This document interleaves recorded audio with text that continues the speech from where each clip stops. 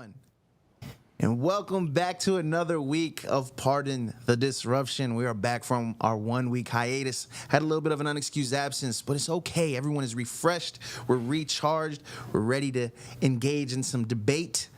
And I'm joined, as I am every week, by some real room shakers in the real estate and entrepreneurial space, starting with my guy, Steve Trang. How you doing, man? I'm doing good, I'm excited to have another round, get my chance to defend the belt, right? Show off Lux a little bit. What are you shaking your head for? We also have RJ Bates, the third. Hey, RJ, how you doing, man? You missed a week because you come on here and you dominate week after week, so I know it had to hurt. Whoa, is he on payroll? Are you on his payroll? I'm a little bit under, but I'm bringing my 1 pound of titanium that Eric Brewer gave me. So I'm excited for being back on part of the disruption and taking that championship belt away from Steve. Well, there we go. We also have Leon G. Barnes. Don't forget the G. Don't forget it. Hello, losers. I am back. It's been about 3 weeks. I know that you guys purposely pushed me off the show because my takes were so hot. So we're bringing fire back today. Well, welcome back. And of course, last but certainly not least, we have Eric Brewer. How you doing? What's up, everybody? I'm glad to be back. Like most elite athletes and operators, I needed to participate in load management. That's what there was last week. That was load management for me, and I'm happy to be back. I'm fresh and ready to go. There it is. All right, so each and every week we have a list of 5 questions that we do go through, and we get everyone's takes. At the end of the round, we then let the floor be open for a little bit of debating, where everybody can either counter each other's points, so on and so forth. Before we get started today, we did want to let everyone know that we have a new PTD channel, Part of the Disruption channel, where we'll be uploading highlights from the shows, shorts from the show. So that should be in the description right now. If you guys could go give that channel a follow and stay tuned for more content that we will be sharing on there as well. But the show will be live here each and every week as normal. So with that being said, gentlemen, are you ready for question number 1? Let's go. All right. Let's do it. We're going to start with Steve. Is social media helping or hurting the real estate world? For example, is it painting a false picture of real estate, especially in today's climate? So was not going to go with that. Missed that little nuance there. So I was going to say it was helping real estate. Where I was going with this was that is it painting a false picture? Perhaps a little bit, but I think it does provide that inspiration for people to get into the business. And I think that the big thing that I look at is that it gives an opportunity to a lot of people that otherwise wouldn't have the resources to get started in the business and create an entrepreneurial lifestyle, break away from their W-2, chase their passions, change their family legacy. So for me, I would say that it's good. Social media is good for real estate because it gives a lot of people an opportunity to exit a life that they may not be passionate about. Okay. All right. Couple seconds left on the board. Starting off quick. Let's go to the titanium man himself, RJ Bates. Your opinion? Steve starting out strong this week, not really knowing what he was trying to say there. I think that social media in 2022 helps real estate. I think if you go back to 2016, 2017, yeah, there was a lot of false pictures being taken. But now the influencer space has kind of changed the narrative where they're okay sharing the negative side of real estate. Failures just as much as the wins. So I think today it helps. It shows the good and the bad. And I apologize if I sound like I'm talking slow, but the echo is just terrible for me. Yeah, there's a little bit of an echo. We'll try to figure out if it's on our end, so we apologize for that one. Okay, sorry about that. All good. Leon G. Barnes, your thoughts? Today, gotta love this one. Well done, fellas. So the false picture is from this show. If you're talking about social media, it's basically this show says that RJ and CJ are winners. Having a little fun, of course, but overall, I personally think that social media is good for the real estate industry. Are there bad apples in front of their Lambos with hashtags? Eric and I talked about that earlier this week. Of course, there's bad apples in every bunch. Look at attorneys. It happens, right? But to Steve's little bit of a point that he had, when it comes to the education that's available to real estate investors and those that are starting out, what does it do? It gives sellers across the United States more options, right? And that's a good thing. Okay. And Eric Brewer, bring us home on question number 1. Is social media helping or hurting the real estate world?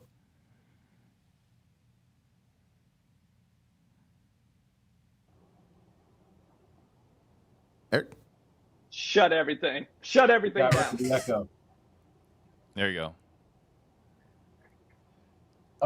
Okay, two things I'd like to, before I get into my time. One, I'd like to get a teleprompter like Steve Biden has. He clearly reads each of his answers directly from the teleprompter, which is super lame. Number two, the only thing worse than hearing Steve talk once is when you have an echo and you have to hear everything twice. So that's just really bad. But I would, no pun intended, he's reading the teleprompter again. What should I say? He's going to go end of answer. Go ahead, say it, Steve. Say End of answer. End of answer. End of answer. Oh, now he's muted. This is the best ever. So I would say, a little bit of what everybody said is social media is a resource.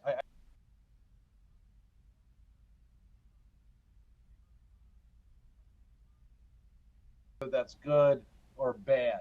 But I think it's a very useful tool. It's giving people access to information they wouldn't. Quite frankly, everybody on this call in some way got connected probably through social media. So I think it's a very powerful tool, but just like anything else, it needs to be used the right way. And with social media, I think you just need to trust a little bit, but verify a lot of what you see. Okay. For everyone that's in the chat right now, the voting is now Weez, if you think Steve won, speak up.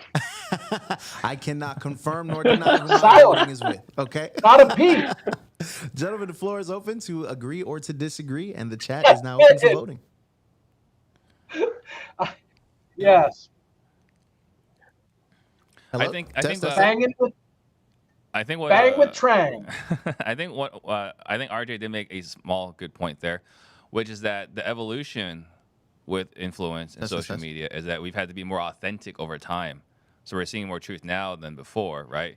2019, 2020, or even earlier, it was the Lambos, it was the good hair, it was the, the fancy watches, this and that. And now we're seeing if you want to come through the noise right now on social media, you actually have to put out quality content, which requires you to be authentic.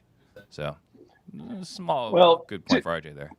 To that point, if you watch RJ, just the two guys that are to your left and right here, these guys put out great content, whether it's through novations or the cold calling stuff that you see that RJ does. It's very valuable information. And to Eric's point, if you filter through it, you can find great resources through social media. Okay. But again, where I was going with this at the very beginning initially was that I think the best thing about social media is that we have this opportunity for people to get into real estate because we have so much information out there that you don't have to go into a 3-day seminar for $97 and get upsold to 1,000, get upsold into 20,000, get upsold to 50,000, right? I think that's the best thing that we've got going on with social media is you don't have to get brutalized by the guru industry like you had to 10, 15, 20 years ago. Okay. Test. Can you guys hear me now?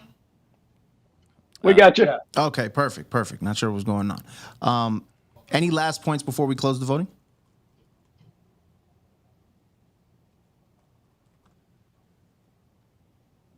On social media about gurus is because there was no reality to what their posts were about and the stories that they were telling. That eventually had to change. I think we just over as an industry adapted to that, and now it's more real. I would like to see, though, a post from RJ in some Prince boots. Absolutely not. Absolutely not. The voting looks like it should be closing here, but I don't think if we gave it a couple more seconds, it would change anything because it looks like Are RJ you beats. talking, Weasel? Yeah, test. Can you guys hear me? Yep. Oh, I'm the only one that can hear Weasel then. All right. Well, yeah, there he we're is. working through some audio things. Can you hear me now, Steve? Yes. All right. That's what question 1 is for, to work out the kinks, y'all. We had a long week off. We're forgetting some settings, but we're good. The voting breakdown right now is very one-sided. So regardless of when that closes, it looks like we have a clear-cut winner, and RJ Bates the third with 53%. So he is back on track doing what he does, my guy. That's the first W for you. How you feeling? Feeling pretty good, even though I think Eric should have won that. Okay. Humility. Look at that, the pity vote right there from RJ. All right, let's go on to question number 2. And we'll start with the first round champ, RJ. If your top employee gives you an ultimatum of them versus management, whom do you choose and why? I think this is subjective. You're going to have to find out why is your employee coming to you and saying that the management needs to go, or they're out of there. That could be a sign that there's poor leadership, poor management in place. I think if we're twisting this around to what's going on in some other known businesses or in the sports field, I mean, listen, majority of the time there's going to be an issue with the employee, and that they're the reason that they need to go. But I think you need to dig deeper and find out why is there discord going on in your organization, and why is there even a conversation being had about me or somebody else in the organization needs to go. That's probably a deeper root problem in your business. Okay, let's go over to Leon. I want to start off by thanking Kevin Durant for giving us 3 shows worth of content. I mean, this summer, he has had so much drama that he's allowed us to have great questions and great content. To RJ's point, if we're assuming that management is handpicked and it's an executive level team, you're going to choose that management team. That's your ride or die. That's who you've had by your side, helping you scale and grow the team, right? Top employees are much easier to train, manage up than finding executive level management talent. It's the same thing that the Nets just did with KD. So thank you, KD, for the content. Yeah, shout out to Kevin Durant. Let's go over to Eric Brewer. I think at the end of the day, one of the things that we got to learn as leaders is that any failure from the team ultimately is our responsibility. So over a period of time, if you have performance or core value issues or problems with players, at the end of the day, it's a leadership problem.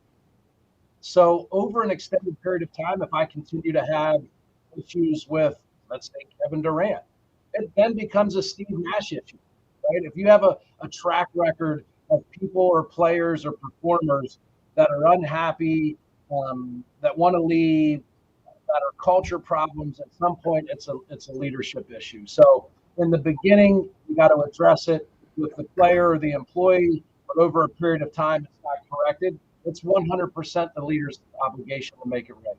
Okay. And let's conclude with Steve Trang. If your top employee, Weasel, has an issue with management, what are you choosing? Weasel's gone, right? Weasel's got a problem with management. Weasel's gone. It's pretty simple, right?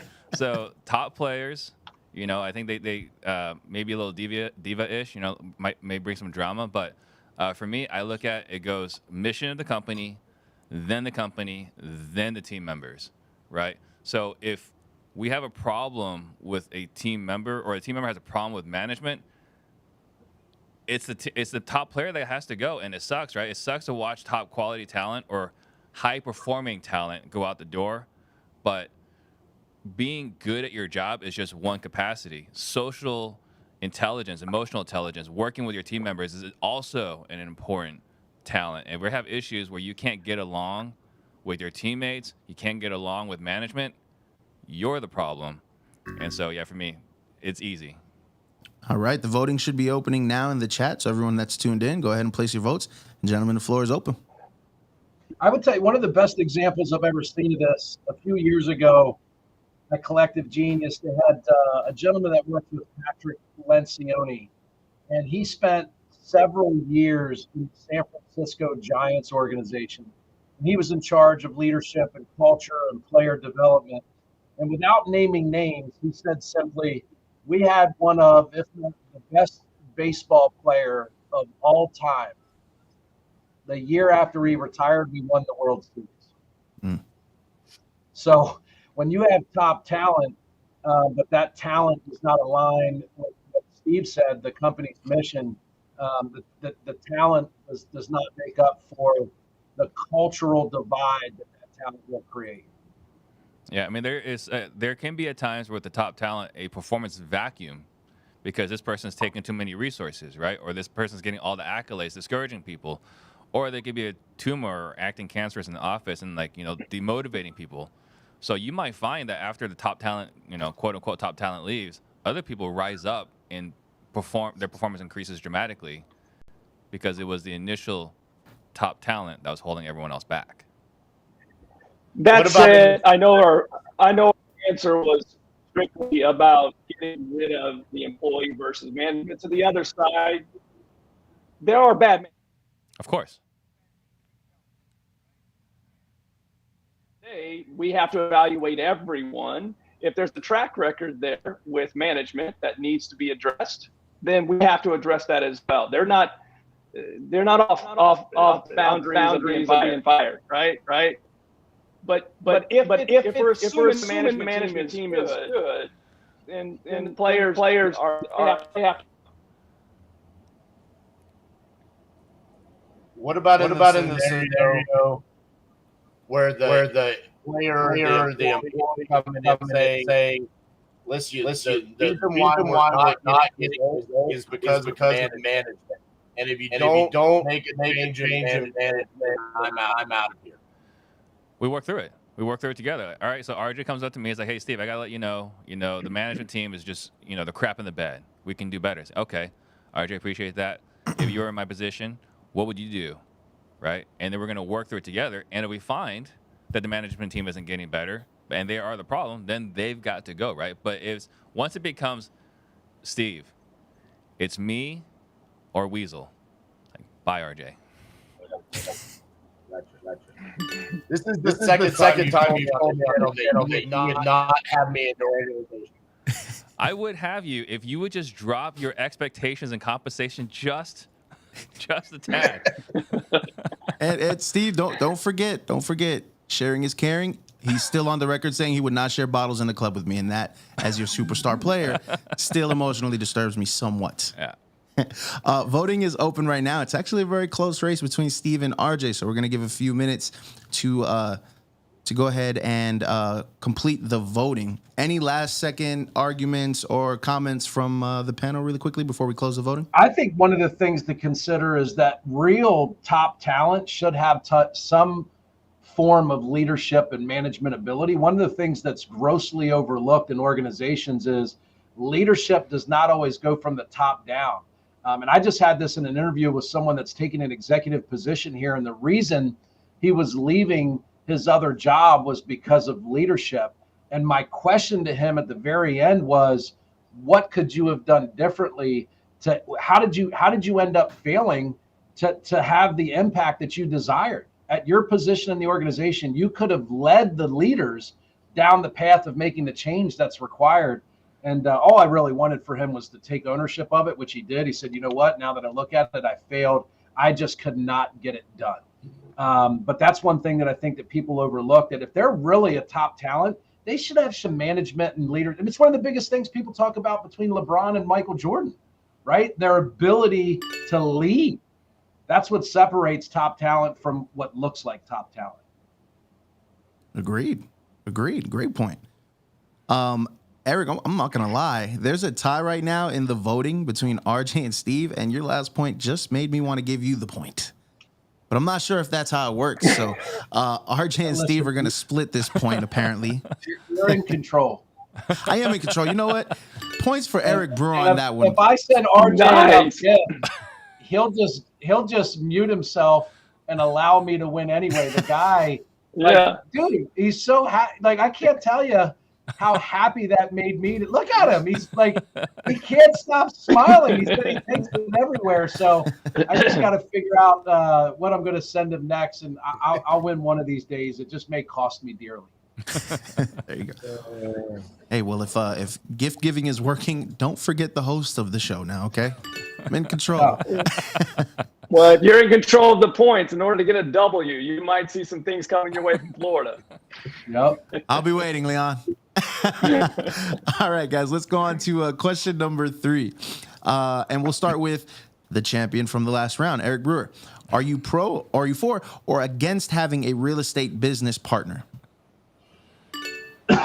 A real estate business partner. So, man, that's a tricky question. I think I'm all for it, but too many people do it too early. They go into a partnership because there's a portion of the business that they're not necessarily good at, or they want to share the responsibility. And in order to get the engagement they want from an employee position, they bring in a partner. And that generally, I don't know many partnerships that have been successful. I'm not saying that they don't exist, but I think generally they go into it with the wrong mindset. After 15 years of being in business, I feel capable of identifying a good partnership today. So I'm for it, but I think expectations need to be clear, and there needs to be an easy way to figure out each person's contribution to the organization and make sure that compensation is in direct alignment with what they contribute. Okay, let's go over to RJ Bates.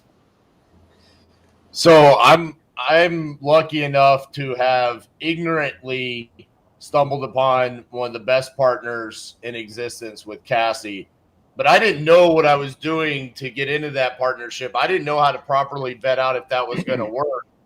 It just happened to work out. And from there, that led to a lot of failed partnerships. When we tried to expand into new markets, it was just like, let's do the same thing that RJ and Cassie did.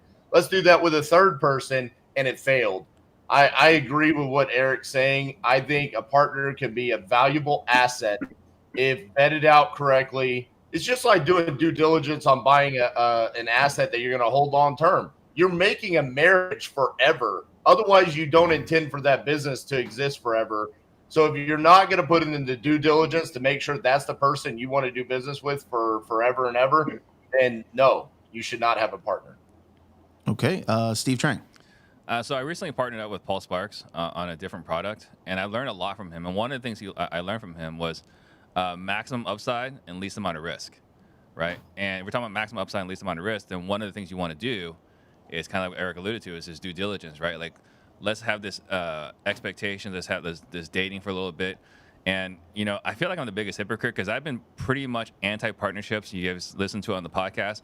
And at the same time, I've got several partners in several businesses.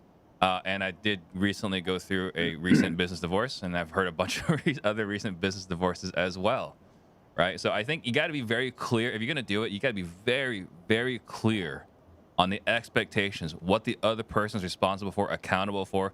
And on top of that, how will you hold them accountable if they don't live up to their end of the bargain? So I am pro partnership, but you got to walk into it slowly over time, be very clear on expectations. Okay. And Leon G. Barnes, bring us home with your thoughts. So this one is, I talk more people out of partnerships than I advise to get into them. We have 300 members in the Collective Genius, and the number one reason that anyone ever leaves our mastermind community is a partner breakup. And usually these guys have all given you great advice. Everyone on this panel has partnerships currently, or has had them in the past. And I seek sage advice when it comes to these type of things. And generally, those that have been in partnerships will tell you to stay away from it if you can, with one exception. And that's what, again, all these guys have said previously, which is You have to treat this like you're underwriting a major real estate transaction. You have to be on the same lines. You have to have the same core values. And in 20 years, you both are still going to be aligned for the same type of growth. If not, it doesn't work. Okay. The voting is open in the chat, and the floor is open for you guys as well. It's funny. I actually, I'm doing something with Jason Lewis, right? We've had it out for about almost a year now. And we're finally rolling it out like right now. But he's like, hey, now that we're finally ready here, let's have a meeting about being very clear on our expectations, because the worst thing that can possibly happen is that this thing fails or this thing is wildly successful and it hurts our friendship. So I thought that was a really mature thing to do. And it's like, I'm glad he's doing that because I wouldn't have done that. But see, what you just said is it's a mature perspective. All too often, I think Eric talked about this earlier, they get into partnerships early because you need a money partner. You bring the information, the skill set, and they bring the money. Well, each of you, when you bring that type of partnership in 10 years, may have different viewpoints of where you want that company to go. And all too often, that's where I see, hey, Leon, we're going to have to step out for a little bit in the community because I want to grow to 100 transactions a year and have a $10 million business. But my partner and I started with 5 years ago, he doesn't want to do that much work. So we're not going to be able to make this work. And that's where those partnerships, it's usually early on the ones that fail the most. And on top of that, being the money partner becomes a lot less valuable as the company is successful. And then it brings in bitterness. I think Steve gave the best advice out of all of this is have an open and honest discussion with your partner about how are we going to handle the situation when one of us doesn't hold up our end of the bargain?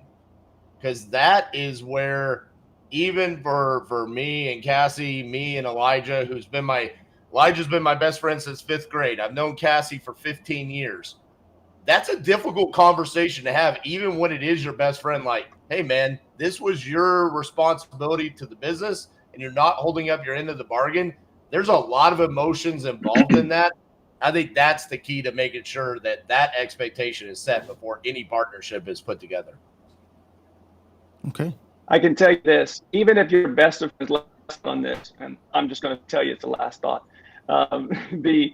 Even if you're great friends going into a partnership and you split and on great terms, the relationship's never the same.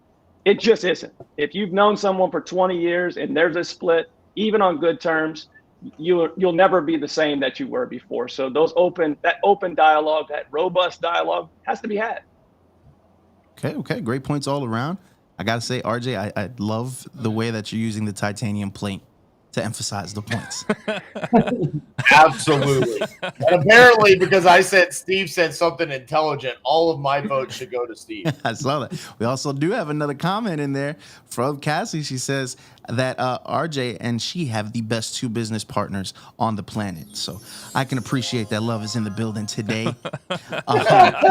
The voting is still open, but it looks like we got a landslide victory in the works for RJ Bates III. So another point to RJ on this one. You made up for last round. I gave the point to Brewer. I'm so sorry. But you came back and you got it. It's got to be the plate. All right, we're getting ready to go into our 4th question. Again, just wanted to remind everyone that is tuned in right now, there is a Part of the Disruption YouTube channel where all clips will be posted. It should be actually in the chat right now commenting, so go ahead and subscribe to that channel if you want to check out all of the segments that we've had past and present on this current program. They will be uploaded after the show. So that being said, the question that a lot of us on the production side have been waiting for, Andrew Tate, the self-proclaimed top G. Now, if you guys are not familiar on the panel, if you don't know who Andrew Tate is, he's kind of went viral and taken over TikTok and all types of shorts and reels. And he's currently been banned. He's banned from IG, TikTok, Twitter.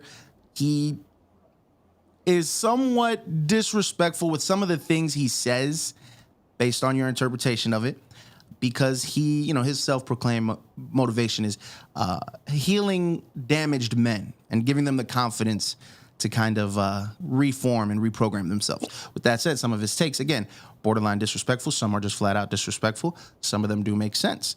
So, just like Andrew Tate was banned from social media, should you fire someone based on their presence online on their social media? We'll start with RJ Bates since he won the last round. So as someone that doesn't do quite as controversial content as Andrew Tate, but sometimes controversial, I think I've earned the right to be able to do that because I'm the one that's building the brand for my business and the business that I created. If you are going to be an employee for my business, then there is a certain level of respect that you have to have towards the brand that I've built, and you're representing that, and you need to represent it the way that I want you to. So yes, I think if you're not going to live up to the expectations that are set on how you carry yourself on social media, you should absolutely be fired. And if you don't like that, then you could go create your own business and your own brand, just like Andrew Tate did, and live with the consequences of whatever that leads you to. Okay. Steve Trang. So I believe I lead an organization full of misfits that don't belong anywhere else. We're kind of like Toy Story 3, right? So like everyone can have their own character and they can do whatever they, more or less what they want, so long as within certain boundaries. So, if someone's being outright racist, sexist, saying derogatory things about demographics, 100% you're out, right? But Andrew Tate, his takes are controversial. I agree with a lot of what he says, right? But it hurts feelings, right? I would never fire anybody for saying anything that he's saying, right? Because he's not calling out demographics. He's just giving opinions on what he believes, right? He's speaking his truth. So, okay, Leon, your thoughts? I think there's two perspectives here. One is from the employee, and one is from the employer. From the employee standpoint, we live in a country that gives us the freedom of speech. But in the same regard, there are consequences to that speech, right? There are consequences to the things that we say. So from an employee side, you have to understand there's going to be consequences to things that are controversial that you say, whether that's on a platform or social media or wherever. From the employer standpoint, this is where you have to be very clear upon onboarding employees, what you will and will not stand for in regards to representation of your company. And that way, there's no gray area in regards to how someone will be treated if they post something that's controversial in these categories. You will be terminated if you do these things. So there's two lessons, two different perspectives on it, but you just have to know there are going to be consequences from freedom of speech. Okay. And Eric Brewer, your thoughts? One, for the record, rumor has it Steve Trang has beat up more men and shared more women than Andrew Tate, for the record. Rumor has it. Started right here, right now. That's the one the rumor started. So if we're talking about badasses, my man takes karate or whatever, kung fu. So let's just get that out in the open. Here's the thing. I think we're really big in our organization, and I'm sure everybody here has an established, well-communicated set of standards for their people. For us, that's core values, and core values define what's acceptable behavior and what's not. And the reality is that behavior today extends beyond the time that you spend at the office. So I don't care if you do anything on social media that's a better representation of who you are as an individual, as long as it aligns with our core values, right? So if what we do here is integrity-based, respect, having a positive belief and humility, if someone's out there doing something that isn't a good reflection of that, it just means that what I'm getting at the office is fake. It's not authentic, right? So I don't want you to feel forced to modify your behavior. I don't want you to feel forced to be an honest person when you're at the office if you're truly not. I think you can definitely terminate. We have a social media policy. If you violate the core values inside or outside of the office in a visible manner, you're done. Okay, the voting is open in the chat, and the floor is open. See, we have a social media policy here at Titanium as well. It's very simple. If you want to be derogatory, you want to talk bad about somebody, if you want to be rude, you go to Carlos Reyes's page and you're rude to him. You're derogatory towards him. That's it. Just get it out, direct it towards Carlos, and we're good. Any So- last minute points before we go to the voting? I ended the conversation. I mean, I That think was a mic drop. I think the key here, right, is that maybe just to extend the point, not necessarily the question here, is I think that free speech is important, right? I mean, there's consequences for free speech, and we all have to accept it as capitalists, right? There's consequences to it, but I value free speech. I strongly believe in it, and I think that if people, one of the biggest problems we have in this country is people can't handle free speech, right? They're what's the word I'm looking for? Sharp and soft, right? I think we got a bunch of people that are sharp and soft out there, and that's causing problems in this country. We can't have real conversations, how to fix real problems. Everyone's overly sensitive. But I think there's a balance to that, right? Like you have freedom of speech, but as an employer, we have freedom of decision as to whether or not that speech aligns with what we're doing. Like 100%. even on this show, right? Like, 100%. I was talking about you. I'm saying in general, like the fact that he got canceled, like, there are people cheering it. There are people upset about it. I think the people cheering it should all be thrown in prison. I don't know. Something bad happened to them. Cancel their social media I accounts. mean, there's something to what you're saying, dude. The president of the United States got blocked from Twitter. Yeah. I mean, look. Like- let me call my president right now. Right.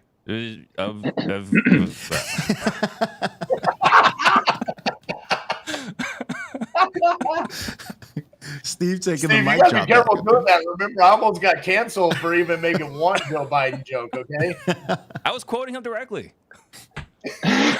Verbatim. Even the captions were accurate. Turn on the captions and spell it out perfectly. End of quote. We do have, it's a very close vote right now. So we will allow the question to kind of be expanded a little bit, because the thing about it is he was banned from the social media platform. So does that kind of change your guys' answers or opinion? I know it seemed like we're all for freedom of speech, but if that has a reflection on your social media accounts where you do your business, you conduct your business, does that kind of change your opinion if potentially you might get canceled from social media, not even canceled, deleted? And, you know, does that kind of shift your opinion? I'd be curious to hear from you I guys. think generally the Tate. Well, no different than I don't think Tate got banned because of his opinions. I think he got banned because of technically he violated policy. He had a bunch of different accounts that looked like him that weren't really him. I mean, it was a genius business model. The guy made at least a little bit of money in a year selling people a $50 I don't think that's program. accurate, Eric. That's what he did on TikTok. That's not why he got canceled. He got canceled on Facebook and Instagram for violating the terms of policy as far as his opinion. But that goes back to what Eric was talking about earlier. It doesn't fit the policies of that company that is the platform. So therefore, he's getting fired from that platform because he did not adhere to policy. It's the same concept of firing an employee for It's definitely things a that are gray not area. aligned. It's definitely a gray area, right? There was an issue with someone on a podcast on Spotify where they wanted them to ban them, right? And Spotify basically said, hey, we're a platform. We don't make decisions about content. We're simply a place for people to broadcast their message no matter what it is. So it's a gray area. But I think the one thing that we've done, if we've done anything right, is we just establish the expectations when the people come into the organization so that there's no confusion. And if that's a problem for them, then we've just clearly set the expectation up front. They're not going to be surprised because we've done it. We've had to actually terminate someone for something they did on social media. And it wasn't a surprise because it was clearly stated up front. They were like, you know, darn it, I apologize. I messed up, but I understand. Okay. I'm sorry. Go ahead. I was just going to say, all of these platforms have the ability to say whether that is allowed or not. Look at Netflix. We were using other examples. Netflix, they wanted the people behind everything wanted the Dave Chappelle to get canceled and taken off Netflix. Netflix says no, we're going to back. So their particular policy and how they felt on that particular issue, they were good with it. These other platforms weren't. And I think that's up to them. And just like what Eric said, it was up to him to make that decision on terminating an employee because it was their policy. We encourage our people. It's borderline a requirement to be on social media.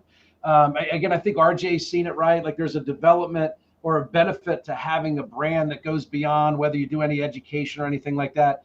RJ, the majority of his content is he just simply records what he does on a daily basis. And whether you recognize it or not, a lot of sellers will connect with that and say, hey, it's just a normal guy with really, really thick beard hair and a sweet piece of titanium, like that's the kind of guy I want to sell my house to, right? So I think that there's a balance, right? Because if you tell people you can't do social media, you're going to negatively impact the exposure you can get. Be yourself, but also make sure that what you do aligns with our values, and just clearly state those expectations up front, and you shouldn't have any problems. Okay. We do have a couple comments that I'd like to read out. We had one from Tech Out Adam. He said, people just can't handle honest people. That's all it was. Interesting. Got a couple comments for Steve. They liked your thoughts, your opinions. Big Z Chrono said, free the top G. Tech Out Adam also said, there's also consequences for not exercising freedom of speech. So thank you guys for, yeah. And then actually there was one last one. Gary Yates, he said, once you want to control someone on their own time for an opinion, you have become a dictator. Not talking about racism or anything like that. He says he's just talking about opinions. So, okay. The great thing about this country, Weasel, is that that individual can now go start their own platform to get their message out. That's the greatest thing about this country. Now you have a business opportunity. If you get canceled over here and people want to hear what you have to say, go start a business to get that message out on a different platform. That's a great point. When you get fired, you're not unemployed, you're self-employed. It's a positive twist on a bad situation. Like, hey, great news is you're fired and you're not unemployed. You're now self-employed. So we should remove the term firing and just say, hey, I'm promoting you to self-employment. I've made you an entrepreneur. Everyone where I grew up was self-employed. There we go. All right, the voting is closed out. It looks like Steve Trang took that one, so another point for Steve. There we go. Good question, and great answers. So shout out to you guys. That was a good round. We are going to round number 5. So the question will be for you, Steve, starting out. When starting your business, would you rather overpay for talented and experienced employees or save money by hiring an unexperienced employee? So I'm gonna assume in this question you're starting your business is that you're starting your very first business. And if that's the case, here's the thing. We were all crappy business owners, crappy leaders, crappy managers.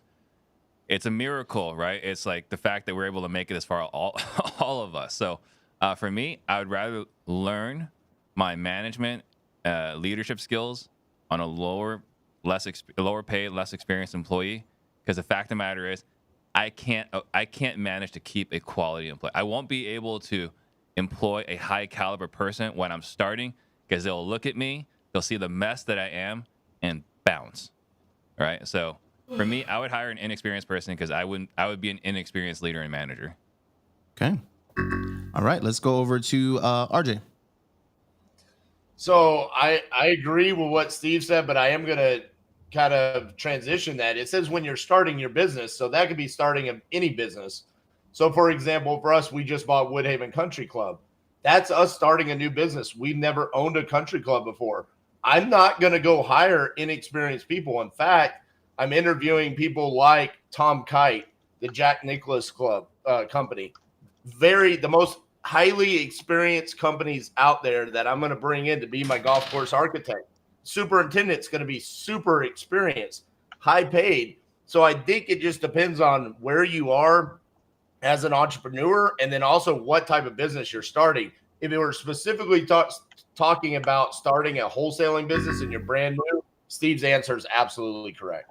Okay. For the record, RJ, can I have a membership at the country club?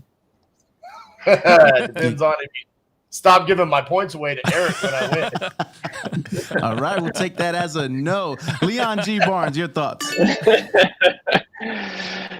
I have to give it to him, RJ. That was a really good point in regards to where you are as a business owner. You may be a business owner and starting a new business. If the question is speaking specifically to new people starting out, you may not have the resources to hire very talented people. This is going back to the point earlier about partnerships. This is a lot of the reasons that you see people come together that are talented people that are partners in the business and get equity in the business, because that person can't afford them out of the gates. But if we're talking about someone that has business experience, maybe they are starting a different business, you guys know where I stand with this. I'll all day overpay for talent. I'll take 4 great employees and kick the ass of 12 of your employees on your other side. It's just talented people. You'll never, if they're talented, you will always get your return back on your investment. Okay. And Eric Brewer, bring us home. I think we need to we need to delineate the difference between skill, talent, and experience.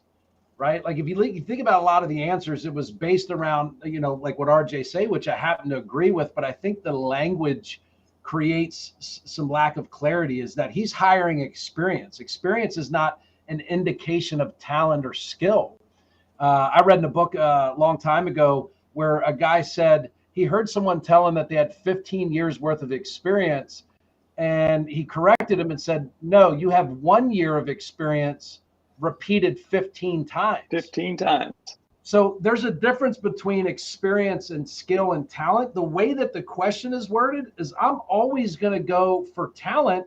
And if talent doesn't have experience in the beginning, it's going to be cheap. So I think the way I would answer the question is I'll take talent over experience, because I think you can get talent that is cheap. Okay. The voting is now open and the floor is open, gentlemen. Especially in this business, to continue that point, Eric, because I get this question quite often is, man, should I hire someone with real estate experience? Absolutely not. You should hire the most talented person, fit the criteria and fits your core values for your business. That's the most important thing. I think there's an exception to it, right? Like RJ's is most people that start a business don't start a country club. So he's got a little bit of an exception there, where, right, the margin of error when you're talking about a country club is minimal. We're talking about, this business, this show's large part about wholesalers. The margin of error is vast. The barrier of entry, let's be honest, is very low. So what I look for is potential that can be developed into talent, and then talent that can be developed into experience. That then becomes a very expensive person to hire. So I think when you're starting a business, be able to identify potential, develop that potential into talent, right? And you hired them cheap. But at that point, once you've developed the talent, they're an expensive employee that would cost someone else a lot to hire. And to that point, when Steve put together the panel for this show, he didn't go looking for experience. That might have been part of it, but he looked for a particular skill set, right? And other than RJ, none of us are cheap. Right? He's the only one that's drastically underpaid. Every one of us is being handsomely rewarded, other than RJ, which is why I sent him the pity gift of the titanium, and he loves it. It's like a gavel in the hand of a judge. That's amazing. Okay, going to your point, Eric, though, about getting cheap talent, I always worry if I'm hiring someone that's super talented, but they're cheap. I'm wondering what is the underlying reason as to why this person is this talented and I'm getting them this cheap. I guess because what you're saying is they might not have the experience. And so you're the one that's like kind of discovering the talent. It's one. Yeah, that's one. There's one of two reasons. Either they identify you as a person that can accelerate their ability to get the experience, or two, they're talented and they are currently under horrible leadership. So they're willing to give up not the right environment, a large portion of their income for a greater purpose and clarity and direction. But when we say cheap, it's all relative, right? Like to get an acquisitions agent in our market, if they make 6 figures, that's inexpensive.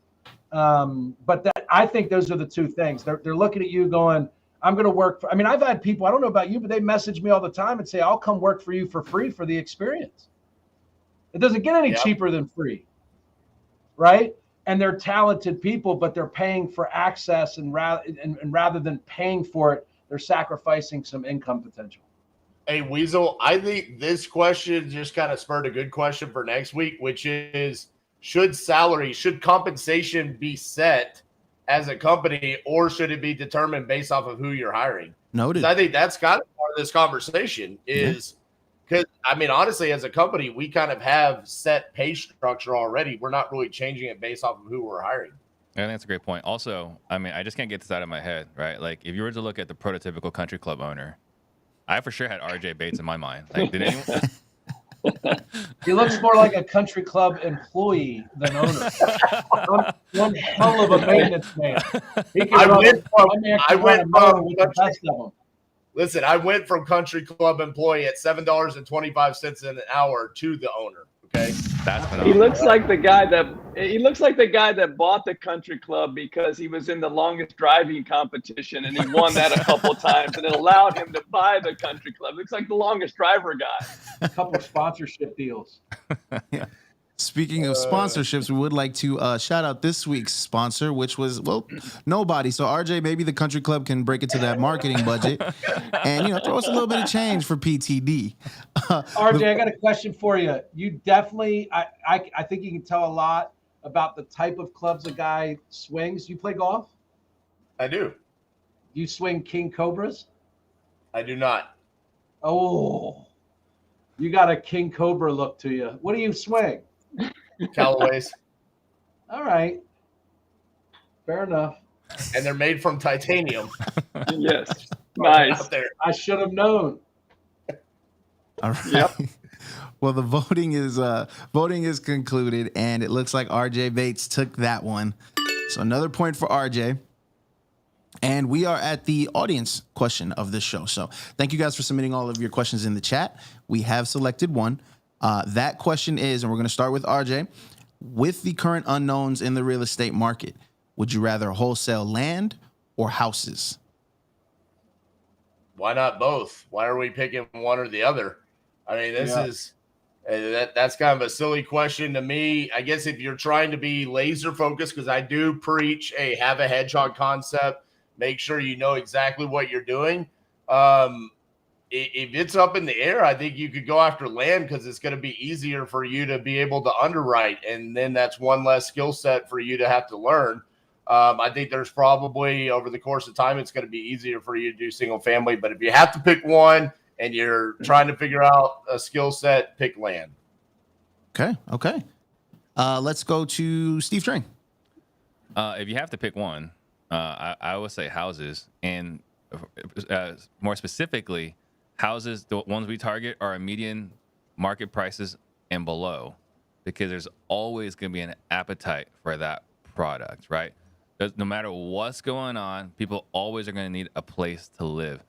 Land, man, right now, I don't know a lot of people buying land. You're going to have a hard time getting anywhere close to, I think, a decent value.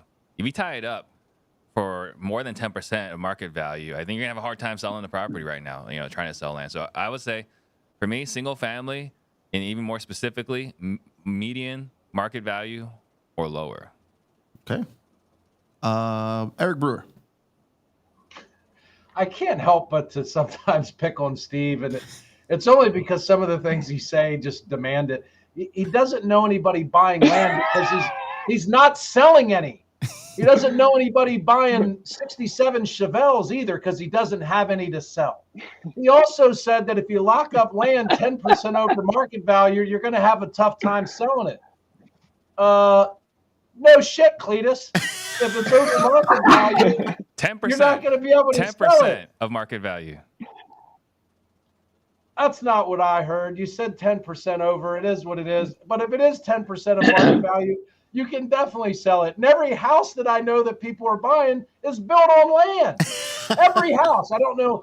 Well, I forgot you're in the metaverse. So there's some houses that you're flipping maybe and doing that's in La La Land. But here's the deal. Knowing what I know now, I've never heard of anybody making $1 million on a wholesale house deal. There's plenty of $1 million land deals to be done. There's a gentleman that Steve had on his show not too long ago out of Houston, Texas, that is catching fire right now.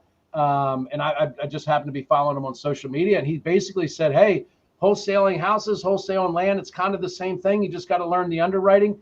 He gravitated towards land because he can make 2, 3, 4, 500 grand on a big land deal rather than trying to churn and burn 50, 60, 70 houses. So I would say, if I had to pick, and I don't, but if I could go back and do it over again, I'd start with land because I think there's bigger upside.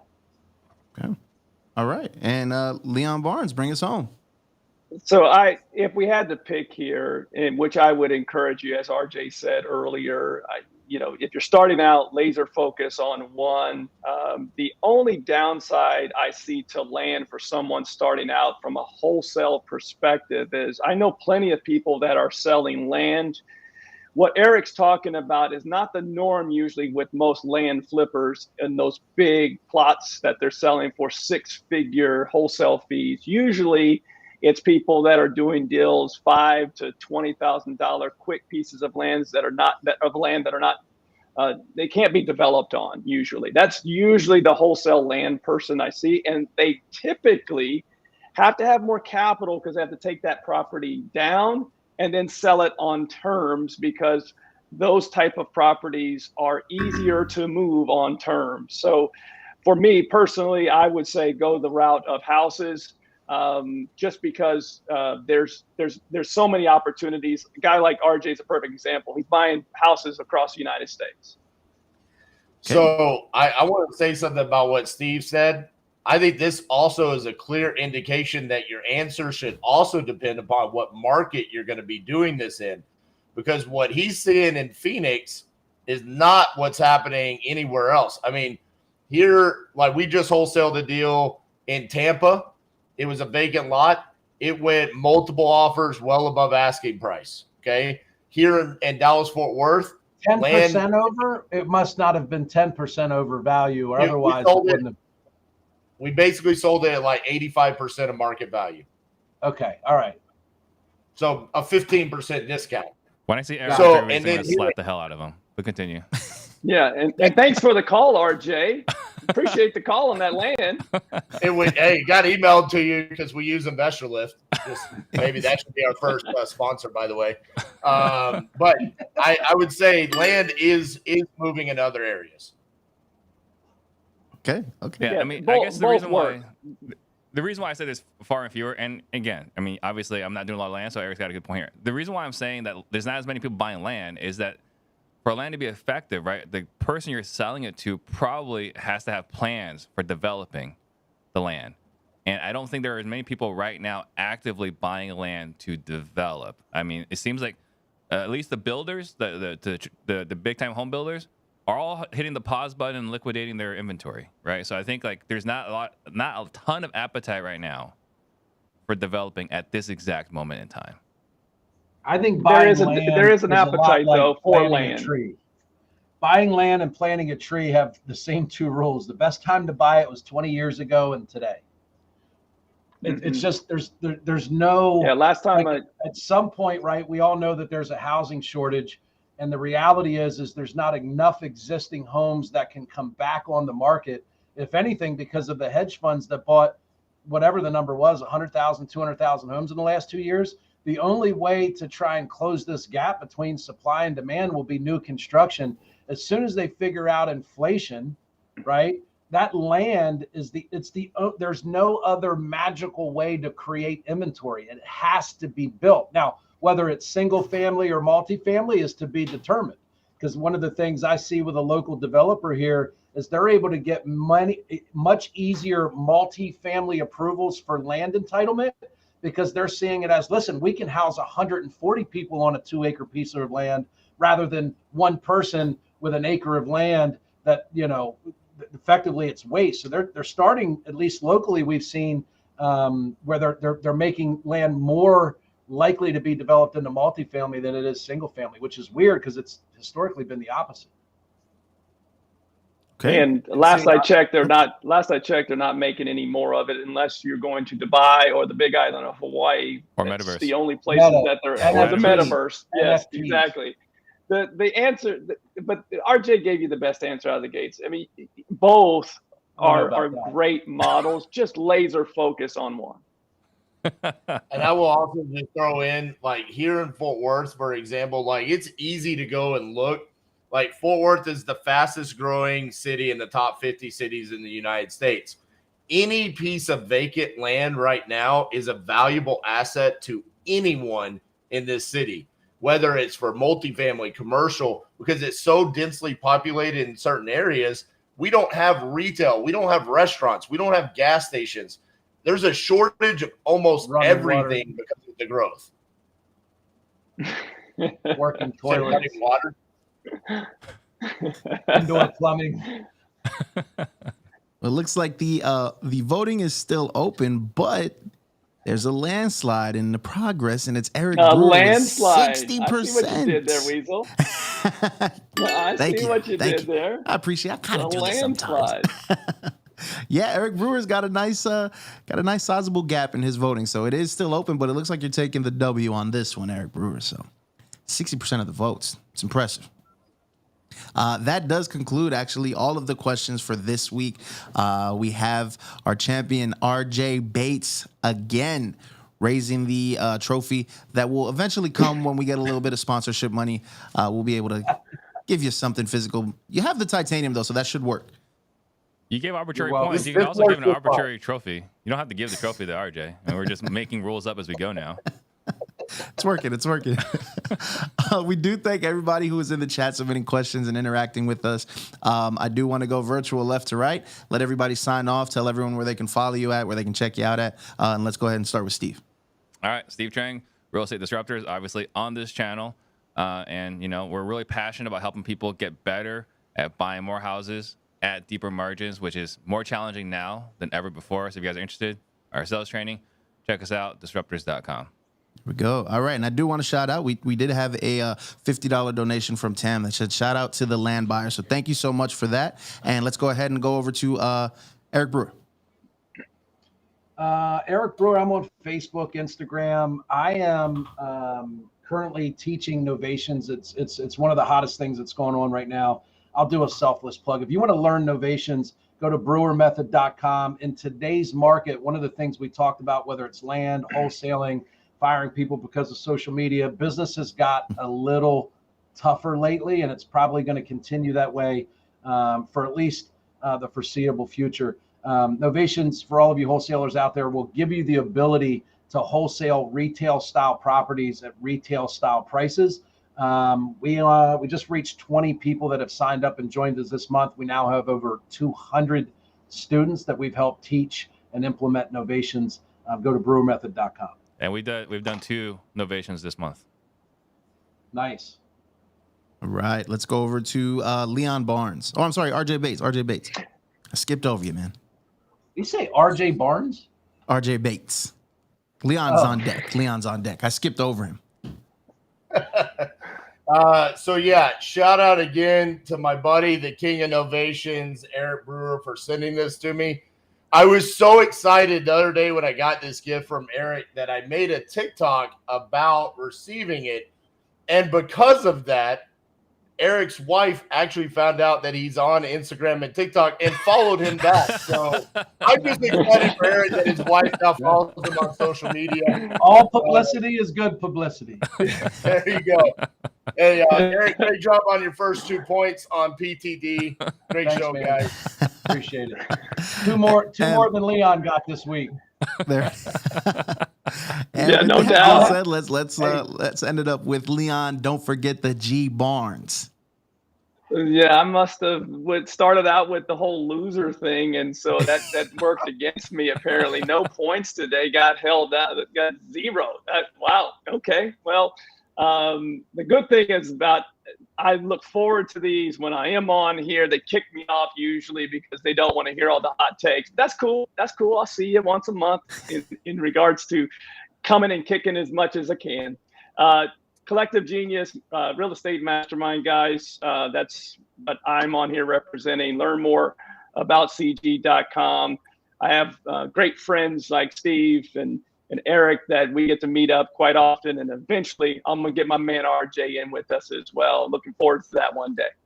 Yeah, everyone here is qualified for CG except for one person. And that's because they own a country club. Well, I was expecting He's got that his shot to own come to club. me. So that means I can go to CG? Sorry, RJ. I will be Googling the requirements to apply to the country club, though. So next week we'll have an update on that. Again, thank you to everybody in the chat. Thank you to the panel. We did have one last comment I wanted to read out from Gary Yates. He said, "I want to thank you all for the content. I don't think people understand the true value of just listening to the conversations between you guys, and that is honest truth." So thank you for that comment, sir. Thank you, Gary. And Did you have anything to say to Steve, or was that just for the other three of us? That's rude of that guy. Not even the guy's the host. You don't. I'm gonna be working on my slap hand. Something. September 12th. September 12th. Mark it. He's gonna get a big handprint on the side of his face. Golly, we'll be following that one closely. Golly. We'll be following that one very closely. September 12th, the slap heard around the world, potentially, question mark. We'll see. Thank you guys for tuning in again. Make sure you follow the new part in the Disruption channel. All the clips will be uploaded to there. And guys, thank you again for all of your insight, all of your debates and knowledge. We'll see you guys next weekend at 11:30 a.m. ish. See y'all.